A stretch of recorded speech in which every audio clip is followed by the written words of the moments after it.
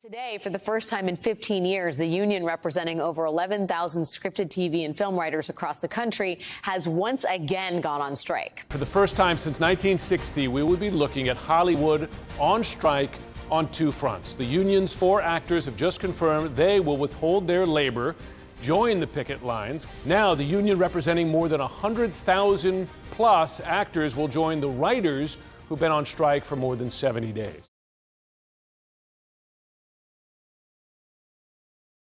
This is a particularly striking historical moment because we have writers who struck and actors who are currently on strike at the same time, and this is a historical kind of moment which is unique. Both groups have struck before, but at the same time, and I think that one of the ways we can kind of contextualize this is to understand the drastic changes in the film industry, particularly as the result of the introduction of various digital technologies. The ability to, in a variety of ways, create something that almost imitates the labor of both actors and writers means that there is a significant threat to the livelihoods and the labor that used to be the province of actors and of writers.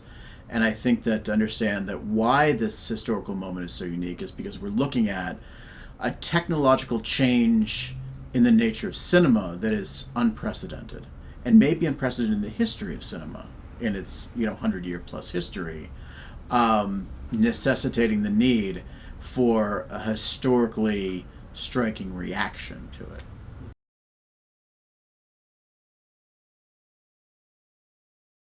They copy our likeness, and that say do a half a day of doing that, and then they can use that throughout the film, and they can use it into perpetuity. They can use it forever.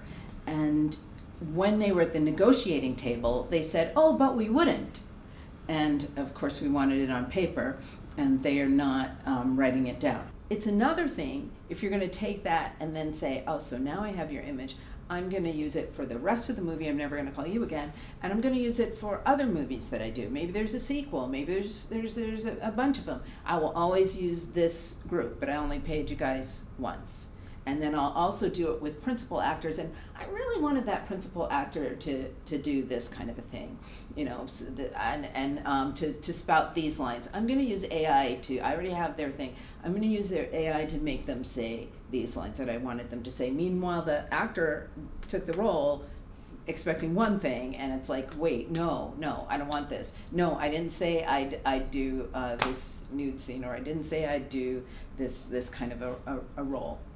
Already, we've had background actors show up on set for, Disney productions, Marvel shows, where they're just told to go into this room and be scanned. And essentially what ends up happening is they're signing away their image, their likeness. We're not even talking about your lifetime. We're talking about in perpetuity. I think from these profit-driven institutions, the idea is that you plug in something like the Netflix algorithm, meaning that Netflix is watching you while you're watching them, and then the AI spits out that college students of this demographic, this race, this income, this is what these people are watching on Saturdays. That's the motivation behind them, because these big companies are extremely risk averse. That's why you see endless Spider-Man sequels in something that's enterprising and iconic. They don't want to take risk. And this is a way for them of ameliorating risk, so that from the very plot and premise is starting out with someone in their eyes that's proven. In the first place, it removes jobs. That's the obvious bit. But what it really does is it trivializes the art behind filmmaking. By removing the human error or the human mistakes that are in there, that's why we watch film, to see human emotions and see those parts of humanity that cannot be computer generated, because they're not linear thinking. The human brain is always jumping from one thing to another. I like to say it's going from A to C, whereas an AI model might go A, B, C. And so by having that connection and missing that little middle step, That's what makes it interesting to watch a film, when you're surprised.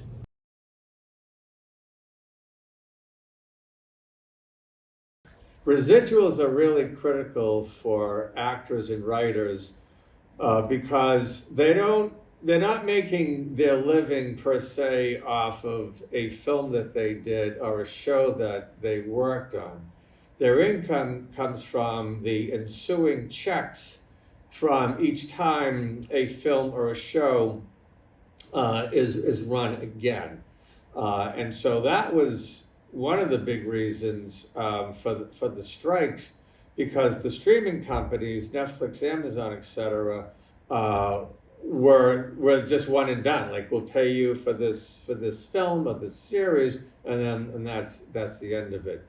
The landscape of TV has changed a lot over the last 10 years or so. Streaming has really taken over, has really taken the place of what traditional TV looked like. You know, that's what we all watch nowadays. The thing is that because it's such a new venture, so many of those residual structures are still stuck in what TV used to look like.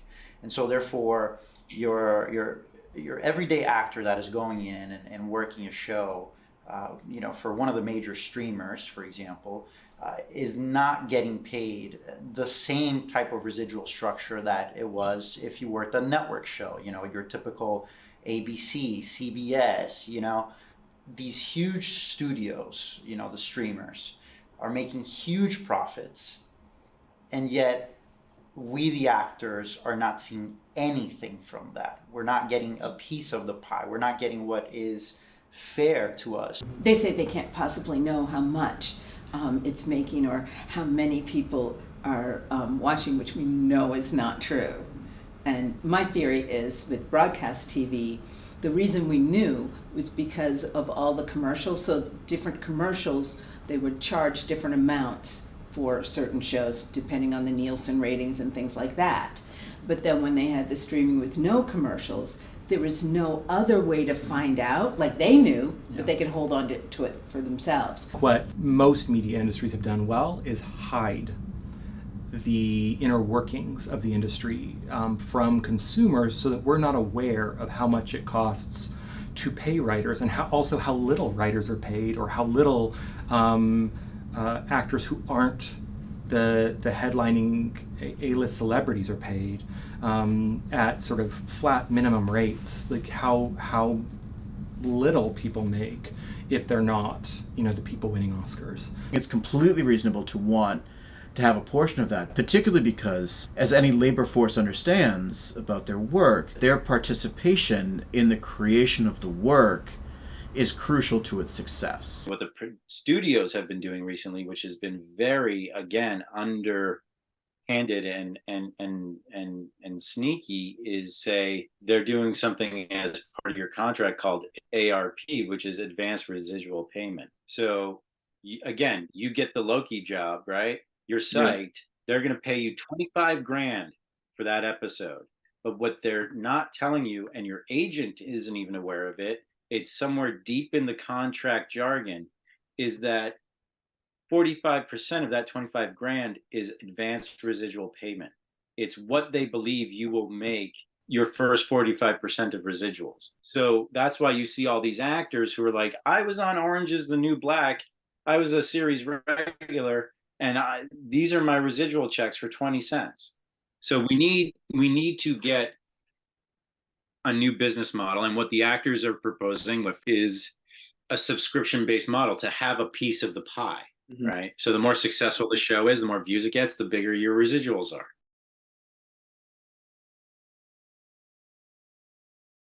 Historically, it was that the first mode of revenue was the theater, and then following theatrical release and ideally making a lot of money, you would then have aftermarkets where you could continue to make revenue and reach a larger audience over time. The revenue model was so formulaic for so long that there's questions as to whether or not they're earning the same amount of money on a film long term if they immediately go to a streaming platform that gives unlimited access, rather than sort of windowing the the time where money's earned, for one screening in a theater and then for one viewing from a rental. And so even large studios and conglomerates like the Walt Disney Company are having to think about whether or not their model to offer all of their content on Disney Plus is a model that loses them revenue in the long term if they don't continue to grow their users. There's a certain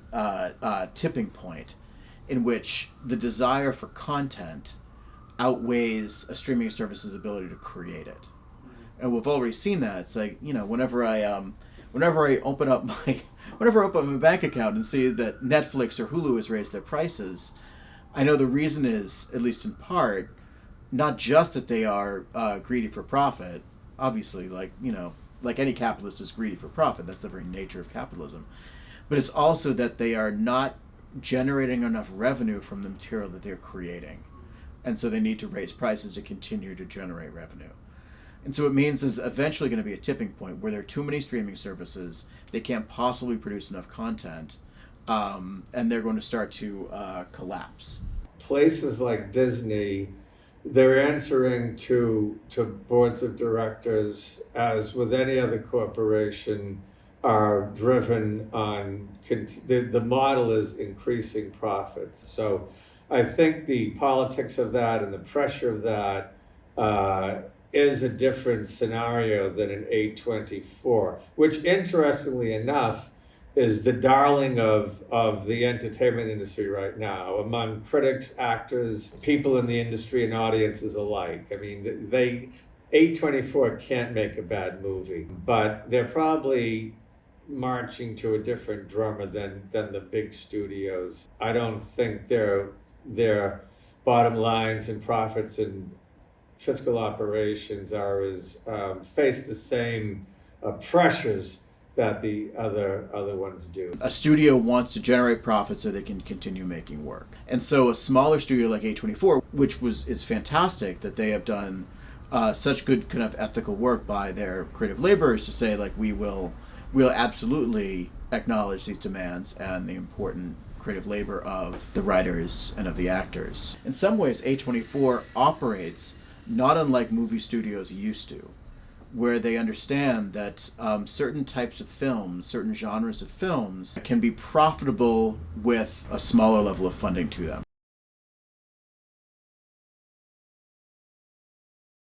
Maybe this is a class consciousness thing of, you're in a higher class, and so, you make all this money, and so you think that the workers are disposable.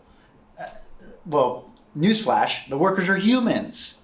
The workers are human beings. They have lives, they have emotions, they have feelings.